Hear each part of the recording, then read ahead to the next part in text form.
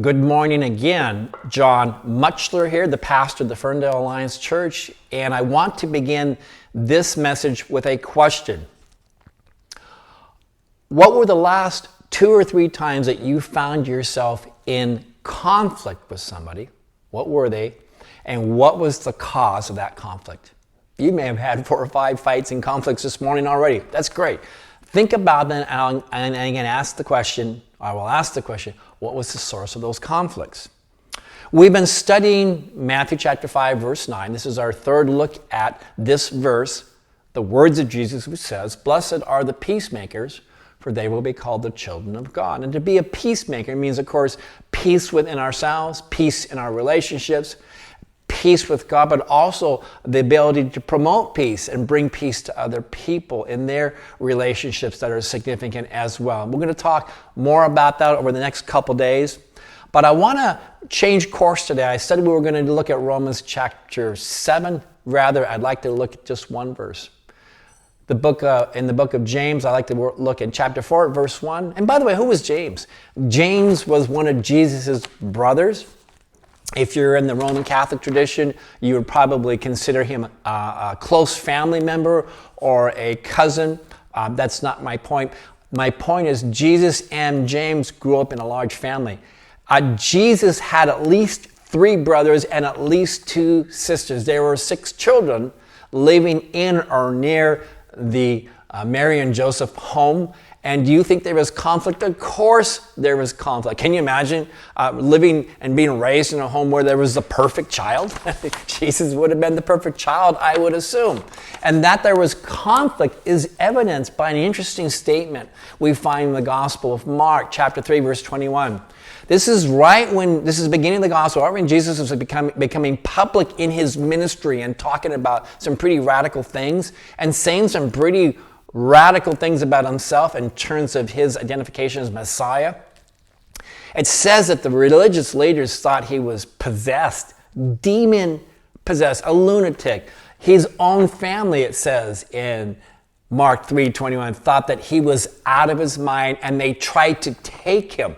I think it might be suggested here that they were trying to commit him, trying to get him away from society. They thought he was nuts as well. So I don't think you could say that Jesus' home was a conflict-free home. I think just the opposite.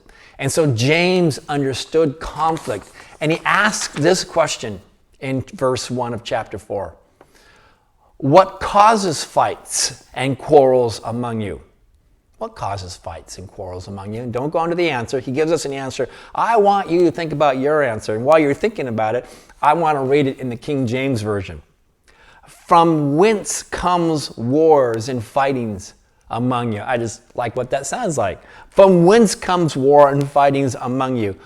What is the source of conflict and battles and fightings in you? And here are some of the answers we might come up with. We might say, well, somebody wronged me. Somebody insulted me. Somebody misunderstood me. Somebody treated me unfairly. Somebody treated me with prejudice or with racism. Or there are just bad people out there that cause conflict. What are some of the reasons you would come up with why you would be in conflict with people? Notice that all of these answers were external sources. Somebody did something to me, and so I'm in conflict and I've lost peace. So how does James answer the question? Again, I think he had a long life of experience of observing conflict, first in his family and then in the church. He was a major church leader. And he asks the question, what causes fights and battles among you? Don't they come from, not outward, don't they come from your desires that battle within you? Don't they come from desires that battle within you? Could we simply say they come from unmet desires?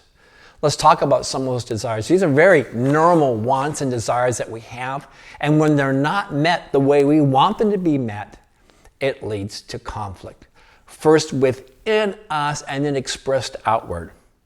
How about the desire to be promoted, advanced, not getting the job that you wanted and thought you deserved? not being recognized, acknowledged, or thanked, being basically ignored for what you've done and accomplished, whether at home or at the workplace. Not being honored or affirmed. Not winning and coming out on top. We all desire to win. Whether it's our favorite sports team or a local or national election, we want to be on the winning side. And by the way, I'm just going to say this from personal experience, having served in public life for 10 years in an elected office, is that losers, both winners and losers can be bad losers and bad winners. And it's devastating to people. And it, quite frankly, I see that elections, and again, I don't know of any better form of government, I don't, but elections can make people really ugly. I mean, in sports, people cheat to win in sports. I mean, people underinflate footballs, whatever they need to do to win. Even people that don't need to do that. In politics, people can be and become and do ugly things. I can't say I've seen it all, but I've seen a lot. Again, the desire to win and come out on top is that unmet desire brings out the worst in people. The desire to succeed and be accomplished, the desire to have and possess things. Maybe it's something that we want, some possession. Maybe it's a person that we want in a relationship. We can't win them over. How about the desire to be in charge and in control? Or the desire to see justice. Somebody did something wrong. We want to see justice.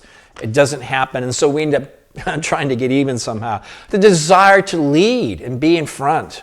The desire to be wealthy and affluent. Or the desire to be respected and to have our opinion, our convictions, our thoughts embraced. So notice what goes on there. Unmet desires lead to conflict. First, conflict within, and then conflict within our relationships. So I've asked you to think about the last 3 battles that you've had, conflicts with somebody. Maybe it's a conflict with God, I don't know, but a conflict that you've had, and I want you to note very specifically the unmet desire, the unmet expectation that you had that led to that conflict. And we're going to talk more about those desires tomorrow when we look at Romans chapter 7. So once again, your assignment is to think about conflict that you've had. Take special note of an unmet personal desire that you had. Don't fall temptation, say it was their fault, they did something wrong. But what was the expectation that was not met? And then tomorrow we're going to look at this great chapter of Romans chapter 7 that helps us to understand the battle that we have within us. So once again, blessed are the peacemakers. Blessed are the peacemakers, for they will be called the children of God. Thank you for listening. Please feel free to share this message, and please have a great day today.